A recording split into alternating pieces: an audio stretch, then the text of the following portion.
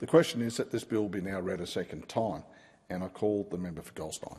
Thank you, Deputy Speaker. Deputy Speaker, I want to follow on very much from the remarks from the member for Macarthur for his speech. Erudite, and I just want to make it clear that how much respect I actually have for the member for Macarthur. We came into parliament together in 2016. I went walkabout for 3 years, but he has always, I thought, served this parliament extremely well. Obviously, we might have a difference of opinion occasionally how he votes, but when his contributions have been in this chamber, particularly on matters related to the context of healthcare, I think he's always added substance. He's actually lacked a partisanship because I think he's motivated from a heartfelt and genuine, sincere place. And I say that genuinely and sincerely from the bottom of my heart as well. And so I take everything he's just said on board with sincerity and the good spirits in which it's intended. And, of course, nobody in this who's debating this legislation starts from a position of arguing against the importance of preparation around healthcare, making sure that we have access to services, containment of diseases, or, of course, protection of the Australian public. And I'm sure he's not suggesting anything along those lines or an unwillingness to focus on disease control. How best we do that, though, in terms of legislation and the institutions we build and the powers they have, is an enormously important part of the framework, and particularly because, as the member for Macarthur correctly identified, it comes off the back of a period in which there has been, let's say, an elevated level of distrust from a large section of the Australian community about how powers have been used and or abused in recent years. And being from the great state of Victoria myself, I watched as we had a state government that lied to the people of Victoria. And when I mean lied, explicitly lied and said there was evidence as the basis and justification and used the case of expert evidence which never existed to shut down, to silence, to lock people in their homes, to impose a curfew, to put people to bully children and families for 2 years and refuse to adapt and adjust. So I fully understand that there is a need to have evolutionary policy to address the challenges of healthcare. But I can tell you one thing. Some of us are deeply sceptical of the idea that you have a starting point where we just get together people who, through a difference of basis of argument, are declared experts, declare emergencies, and the job of the Australian people is suddenly to conform. And it doesn't matter what the issue is. It doesn't mean whether I agree with it or not. Democratic accountability and responsibility is a necessary part of the institutions of our democracy. Not just that, so also people can be held to accountable, because the member for Macarthur is right. We got things wrong during the pandemic. I don't just mean this chamber, I mean the state governments and their failure to adapt. And it's one of the greatest problems is how unwilling we as a nation have been to acknowledge some of those problems at different points. But there is no state where that has been more egregious than the great state of Victoria, who literally bullied Victorian citizens into compliance and control. And to be frank, and it's once upon a time you'd say the peak point of insanity in the state of Victoria was when, politely, with the greatest respect to my fellow citizens, they re-elected the government that did that. But actually, I'm wrong. The peak point of insanity in the state of Victoria is when our former Premier then decided to sidle up against the world's most horrific and egregious dictators and get happy snaps next to people like the President of Russia and Kim Jong-un. Said it all. This is insanity. Now, this is not a partisan point I'm seeking to prosecute. It is a point about control, because one of the things and one of the reasons why, at core, people like me are a Liberal is because we believe that people should be empowered to be able to make decisions about their lives, and they should not have a situation where the government seeks to impose control over people's lives.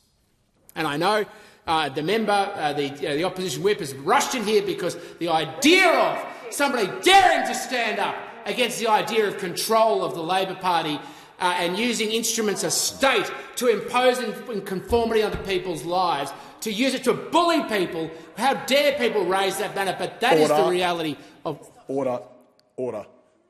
The Shadow Minister Yes, I call the member. On a point of order, could the member be directed to speak to the legislation? Yes. If you can steer back that way, I think in general terms he is being loosely relevant. But if you can bring yourself back there, the House would appreciate it. Thank you, Deputy Speaker. I can assure you I'm definitely relevant where we have institutions of state that have been established, and there are other institutions that, of course, the government wishes to establish where they wish to give themselves large amounts of power to use the justification to control Australians' lives. That's part of the legislative framework of what they're putting forward. And all I'm simply doing is looking at historical precedent of how those things have been abused, and as the members on the other side of this chamber have done, is applauded that every step of the way and condemned anybody who at any point has stood up, challenged or questioned their authority, and we have just heard that from the whip. To dare raise questions about the despicable conduct and behaviour that occurred during that period, where we saw children denied education under the banner, without any evidence, causing mental scars and mental health long-term, lifelong damage, because there were some experts who declared that they knew better than everybody else. I understand it was difficult, but one of the biggest problems was the complete and utter failure of the so-called experts to be able to adapt, to evolve, or to acknowledge that they got some things wrong. We heard recently from the former Chief Medical Officer in Victoria that, in fact, there wasn't a lively evidentiary base. But that certainly wasn't how it was projected to the people of Victoria at that time. What we actually needed from the public health community at that time was a little bit of humility, to acknowledge they got something wrong and to actually take the public with them and to persuade them. And yeah, all right, Deputy Speaker, sometimes I'm raising my voice about this because I can tell you what, no matter what you said at that time, people were bullied and silenced if they dared speak up. In fact, there are some people who were even shot with rubber bullets simply because they dared to have a contrarian view. So yeah, people were angry. And some people are still angry because they were never heard and they were never listened to. And I hear some of the Labor members from New South Wales who weren't even experiencing the full consequences of it, who don't seem to understand just how much Victorians despise the treatment they receive. Just like so many other areas of public health that this Labor government continues to completely ignore. We currently have a situation right now where we have organised crime gangs that pick up Molotov cocktails and throw them at small businesses under the banner that we should be able to tax products into perpetuity so that, of course, those products can become a direct incentive to fuel organised crime under the banner of public health. But apparently we can't challenge that or question that. Well, sorry, welcome to reality. We're going to challenge it, we're going to question it, because we're actually going to say, no, there are other principles at play and you can't just have control, you can't just dictate to us how we're going to live our lives. We live in a free society,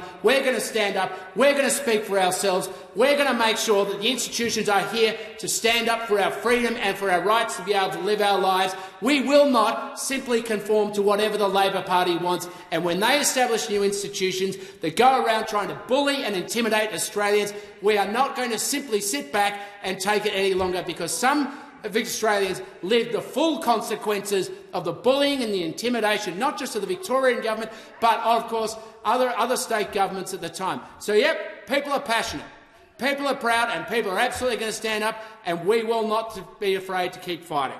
So when it comes to this legislation, we're looking at it and going, you haven't made the case. The Labor Party hasn't made the case.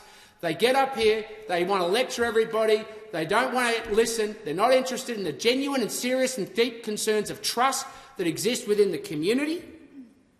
They're not interested in understanding why there is a deep concern about making sure legislation goes through proper consultation, proper engagement to build trust where trust has been broken, and they were core to the problems of breaking that trust, Deputy Speaker.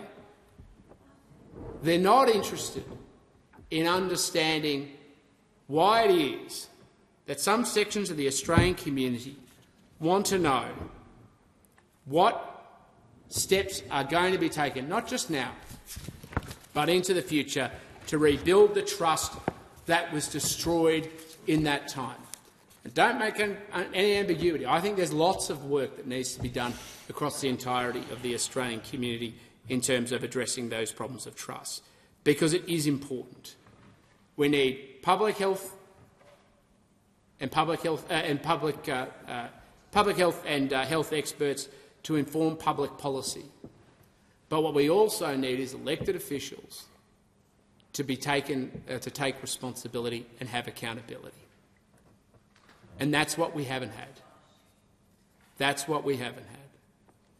And that's why so many Australians are upset and angry and will continue to be so. Because that lack of transparency, that lack of honesty, where we had politicians deceive the Australian community, the Victorian community, and use the banner of public health as the basis in which they were going to engage in that deceit, and they have since acknowledged, fessed up and told the Victorian people that they lied. And we have since had the Chief Medical Officer of Victoria say, we didn't really have any evidence to substantiate that. And I remember it because I remember at the time I challenged the Premier of Victoria, Dan Andrews, and said there's no evidentiary basis and it's a violation of people's human rights to impose a curfew. And he said, well, I'm interested in human life, not human rights. There is no evidentiary basis. He just lied to you. The Australian people, the Victorian people. That's all that happened. The Victorian government lied to the people and bullied them into their homes. So, yep. So directly links, because some of the members are asking, Deputy Speaker, how does it link to this legislation? When it comes down to it, the Labor Party wants another artifice where they can declare emergencies, they can declare the justification to impose controls and to be able to dictate people's lives, and we're simply reminding of you of historical precedents, the things Labor members want to run interference and have run interference on before.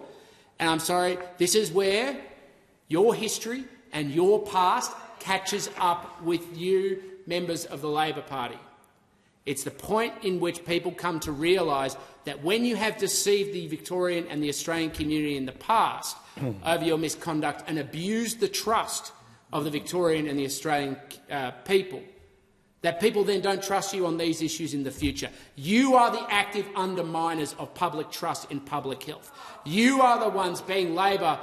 Labor are the active underminers of trust in public health. Labor are the active underminers of trust in making sure that we stop things like organised crime, because Labor use public health every step of the way as a weapon to try and impose conformity and control, because that is central to their playbook, Deputy Speaker. It's central to how they approach public policy.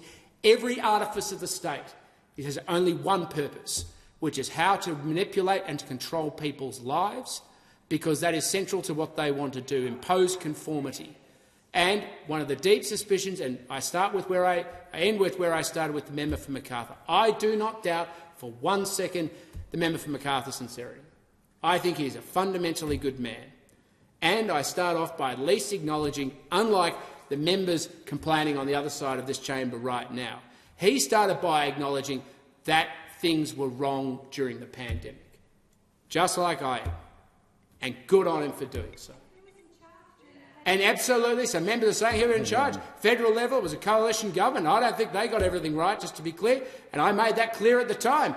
And I also think that's true at the state level too. The difference is I've got the guts to admit it to some of the members opposite, whereas they don't have the guts to admit it on their own side of their criticisms of the Labor Party. That's the difference. And to the credit of the member for Macarthur, he has the guts to admit it. That's the difference. A bit of humility wouldn't go astray. A bit of honesty wouldn't go astray if you wish to rebuild trust. But instead what we've had is the constant lecturing, the constant intimidation, the constant attacks, the constant deception, and the exposition of lies, Deputy Speaker, because at the heart of what Labor wants to do is weaponise every single part of the artifices of the state to control people's lives, and that is why they have destroyed trust around public health and they ought to be ashamed of themselves.